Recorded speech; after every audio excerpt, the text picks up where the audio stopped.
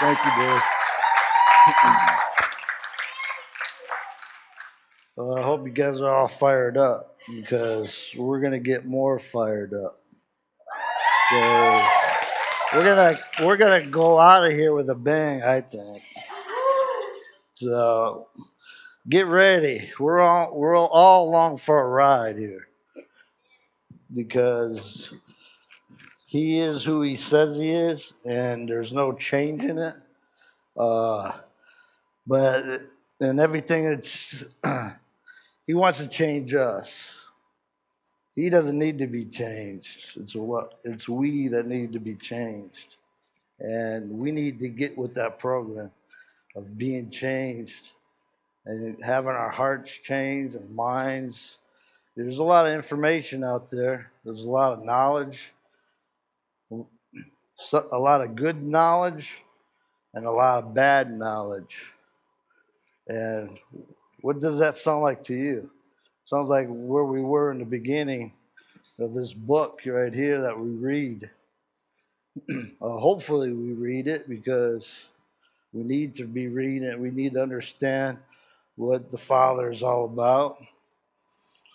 So I want to start sharing. I had someone tell me one time, this was a while ago. Actually, just to let you know, these scriptures that I read that are falling apart was made by the man that gave me the statement. He was from South Africa.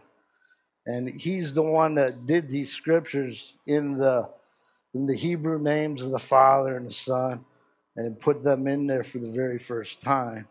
Um, his name was Chris Costner, and I called him up once uh, on the phone, and he was a doctor. His family, his children went to Youth of the Mission, and were on the mission field, and and after he made these scriptures, he actually passed away.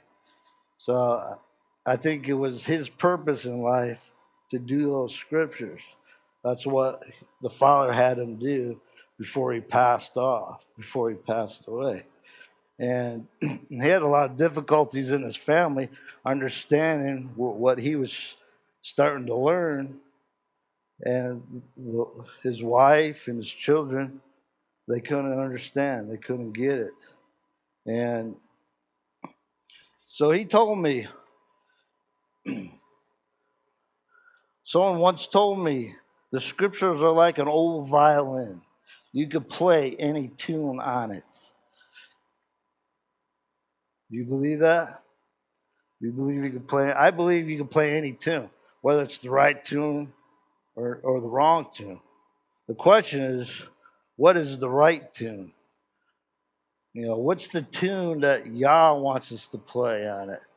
There's only, I believe there's only one tune to play. With all the understanding, with all the knowledge we have in this room, there's one tune to play. And I will show you what that one tune is. This week's Torah portion is Exodus 21:1 through 24:18. Going to Exodus 21:17. I'm only going to read one verse out of this.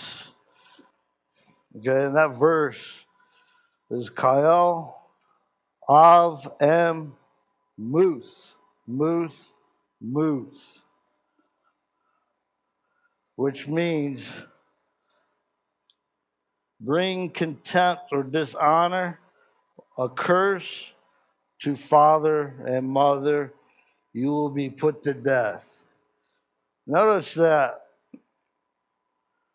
the muth, the put to death part, it says it 3 times in that verse. Why does it say it 3 times? He's making an effort. He's making a point. He's trying to get our attention. He wants us to know that he takes things serious. The devil's got the family going in all kinds of directions. But Yah wants the family to go only one direction. Matthew 10:33. If you deny me before men, I will deny you before my Father in heaven. There's two ways to deny Yahshua.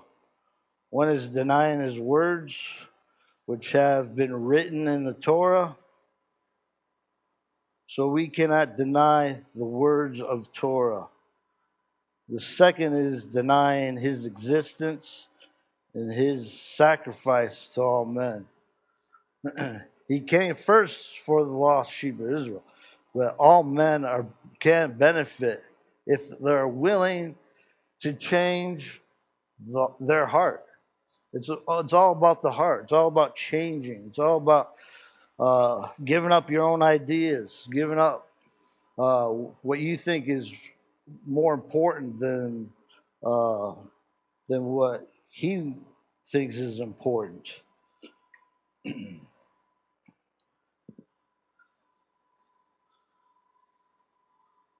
So Paul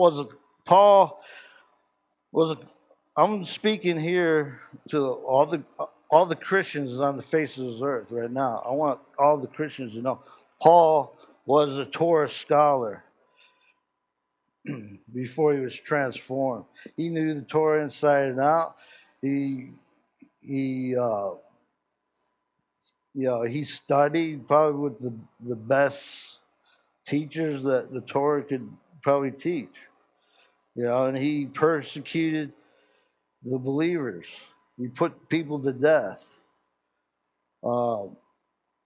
And he had an experience with the Almighty. One thing we can't deny is the experiences that each and every one of us have. I mean, I'm sure each and every one of us can say we've had an experience. That's why I'm up here today, because I've had many experiences over my life.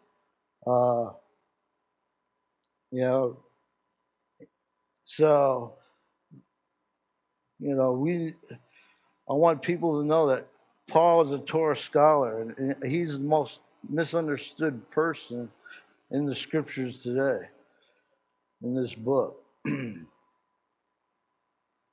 want to read Romans 8:14 through 19. For as many are led by the Spirit of Elohim, these are the sons of Elohim.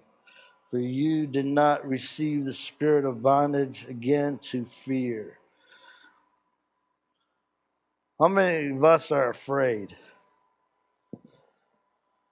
I'm gonna raise my hand because I'm afraid. I get afraid. I mean, God's had me do things that that I was like kicking and screaming every step of the way because it was difficult.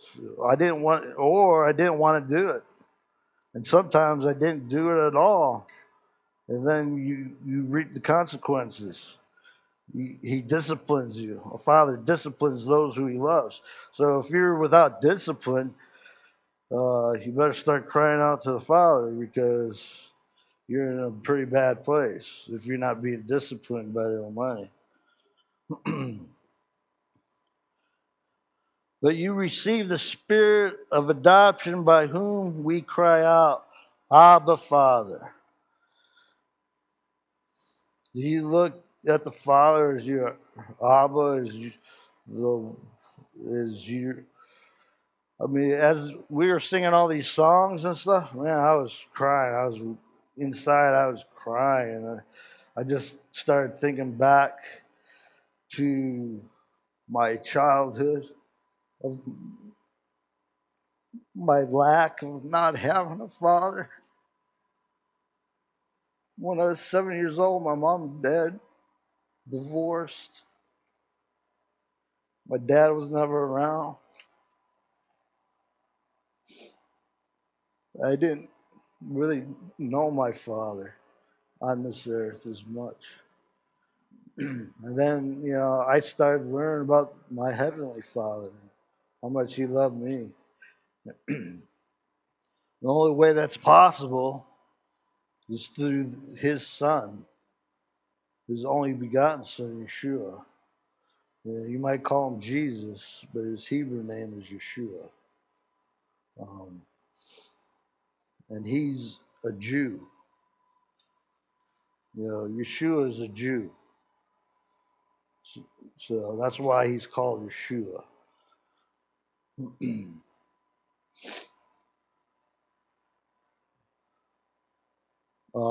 Let's see where we're at here.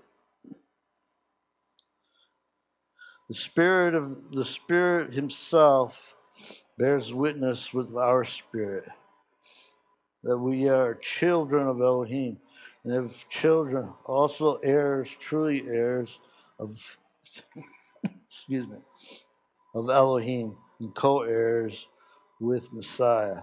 If indeed we suffer with him, in order that we also be exalted together, for I reckon that sufferings of the sufferings of this present time are not worth comparing with the esteem that is to be revealed in us. Did you hear what I said? In us. The esteem that is to be revealed in us. It's not going to be revealed anywhere else in this world, but in us. And how are they going to know that it's in us? By our love for one another. That's how they're going to know. By our love for one another, by how we help, how we pick up those who are weak, those who need, whether they need financial assistance or spiritual assistance. We are supposed to lift up those who that are in need. That's the job. That's the job of the nation Israel. We need to be doing that. For the intense longing of the creation eagerly waits for the revealing of the sons of Elohim. We need to understand the scripture. We need to understand the structure of Elohim, which is certainly centered around the family. As we see our earthly families, we have a father, mother, son, and daughter. That's what I have up here. I'm going to go through it and explain what I believe is the structure of the family, which I also believe that it started in the heavens with Yah.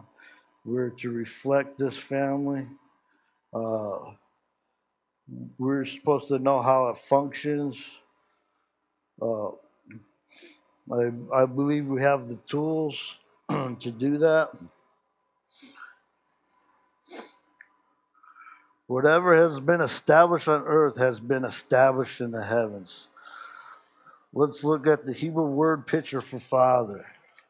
So, I know you guys can't see. I wish I would have had you. Oh, you guys can see that. Okay. Well, you guys are a lot better off than I am.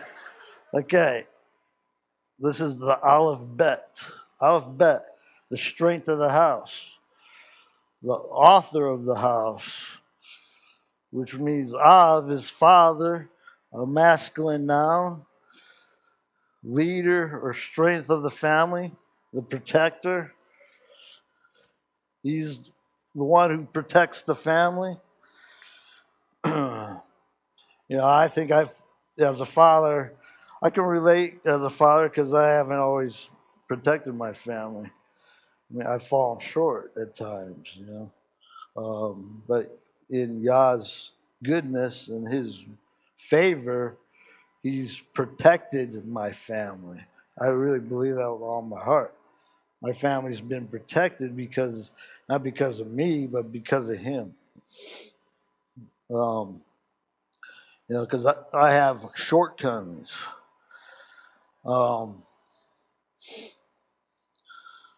So the next one I want to show is the mother. The mother is Aleph Mem, which is mother. This is pretty basic Hebrew I'm sharing with you. So most of you probably in this room will get it. Maybe some won't, but that's a feminine noun. Means strong water or life giver. Um, and that, what I'm going to do here is I'm relating this with this. Okay? This is the word for ruach, which is resh vav ket, which is also a feminine noun. Okay? So I believe the spirit of Yah represents the M, the mother. It means the head that establishes the fence or boundary. So the spirit of Yah establishes boundaries. It gives us it's the life giver, the strong water. I mean, the waters that were parted, those are strong waters. There was a wind that came through. The ruach means wind too. Um, so that's why I relate this with this. And then we have the word son over here, which is ben. Bet noon, which is a masculine noun. Life of the family, Yahshua. Yahshua is the life of the family. Without Yahshua, you don't have the life of the family. Father and mother make Yahshua. And then you have the daughter over here, the the the bait or bet, feminine noun, obviously. Sign of the house or the covenant. We're we're the sign of the covenant. We're it also. I look at myself. So I look at myself in every aspect of this chart right here. We should all have these attributes working in us, and it's not confusion like transgenderism or whatever. That's not what I'm talking about here. I want you to know that's what I'm not talking about because there's no confusion here. This is established by the Father. This is established by Him. This isn't about that. This is about identifying with each part. The women can understand, could identify with the father, and the men can identify with the mother. The one who nurtures, um,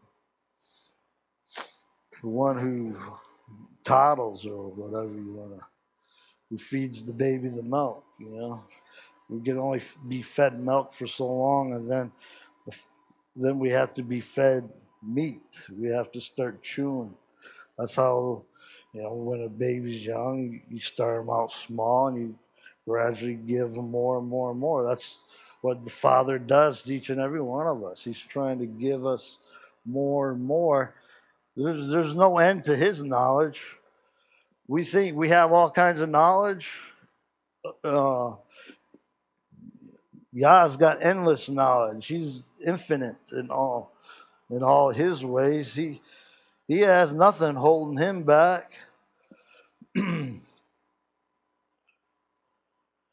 So I want to show you this existed, I believe, before the earth. I believe this existed in the heavens. Whatever is established in the heavens shall be established on earth.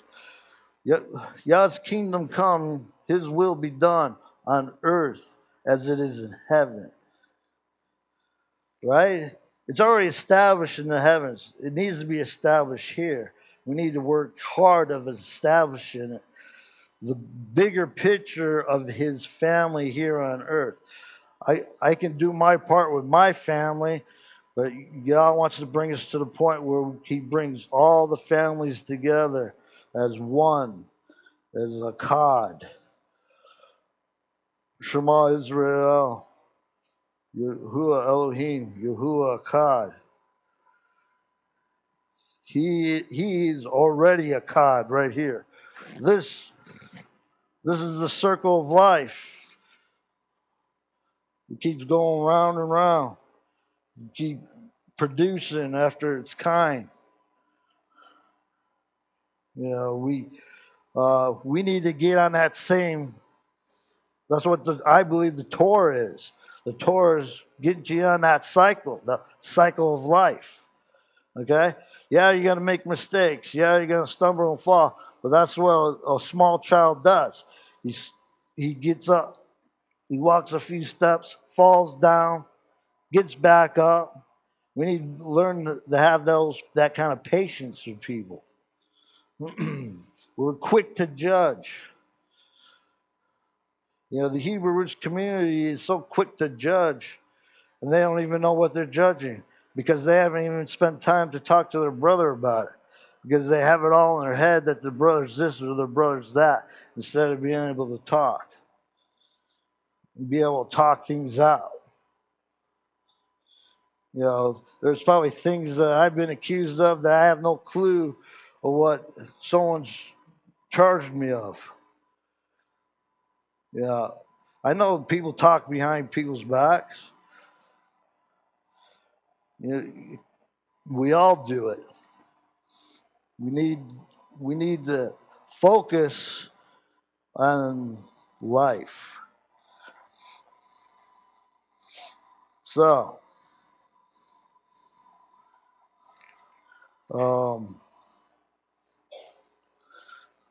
the daughter is also I found this out in the Strong's too. The word for daughter in the Strong's also means to bound together. So we're to bind together forces. I mean, I only have so much. I got what I can give, and then that's it.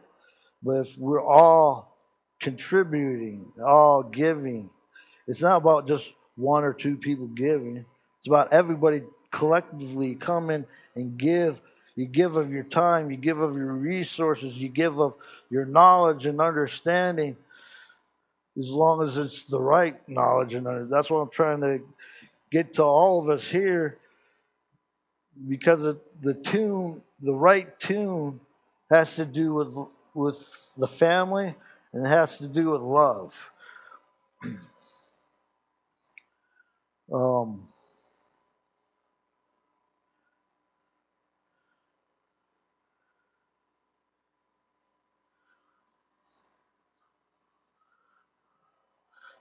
Everyone wants to do away with the Torah, or they want to discredit Yahshua.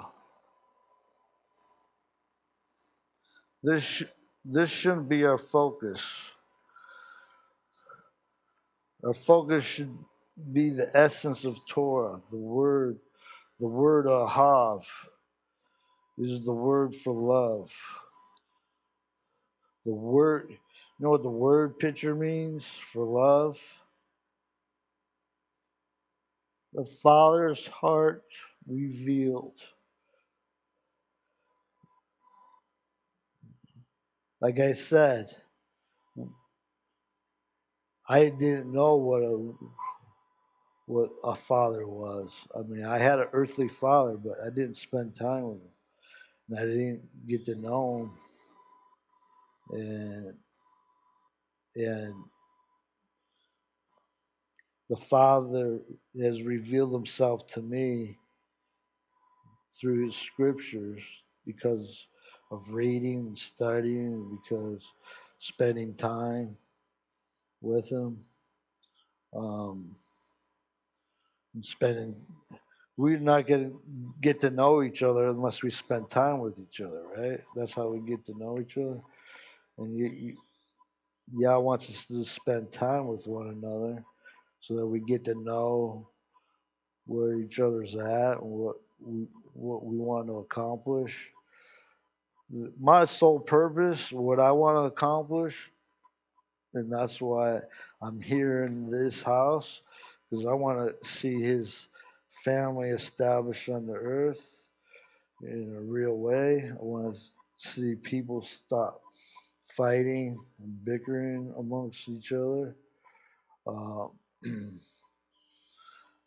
because I think it saddens the heart of the Father.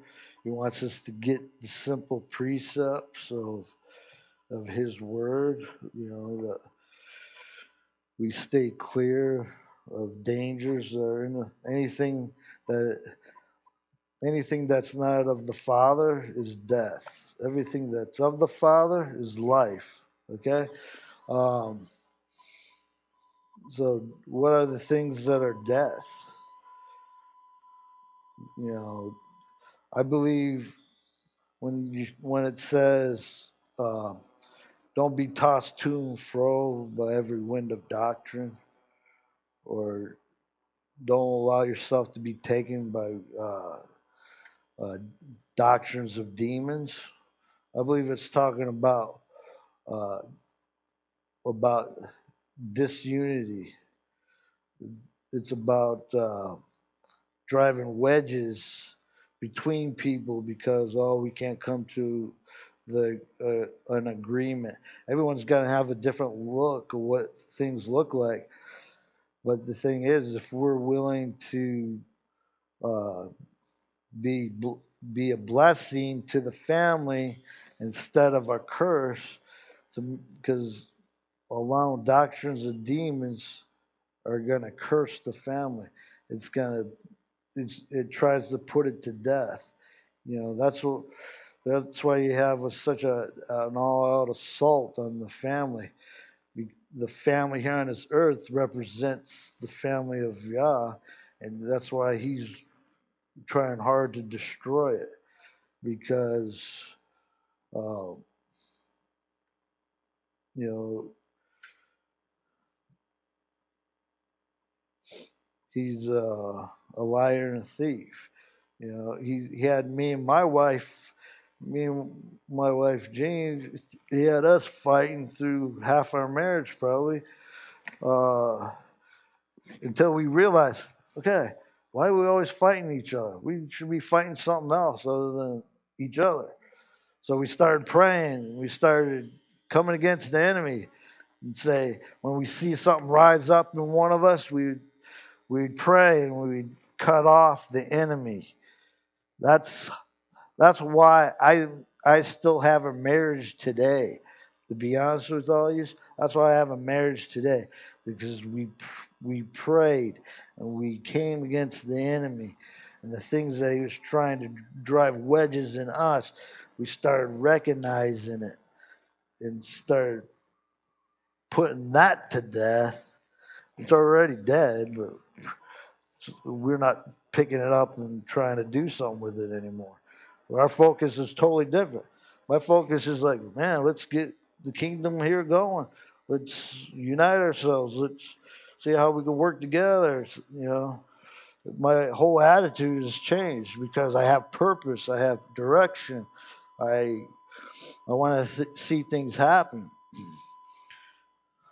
God's given us all different abilities, and it's up to us what we want to do with that.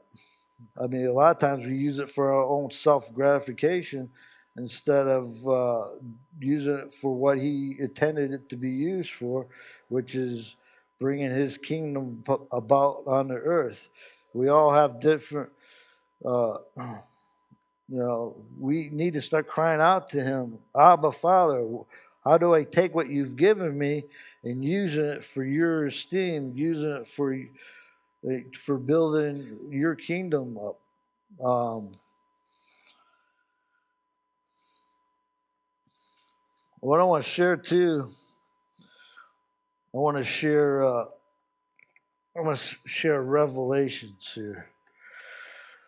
Revelations, well, from 2 to 3. I mean, this is about the seven lampstands. The seven lights, uh, the different assemblies that assemble, and he's got something positive. He's got something that he's rebuking them on. Uh, but there's one that stands out that doesn't get a rebuke. I wonder why they didn't get a rebuke. Well, and that's the messenger of the assembly in Philadelphia writes, he who is set apart, he who is true, he who has the keys of David, he who opens and no one shuts, and shuts and no one opens, says this: I know your works.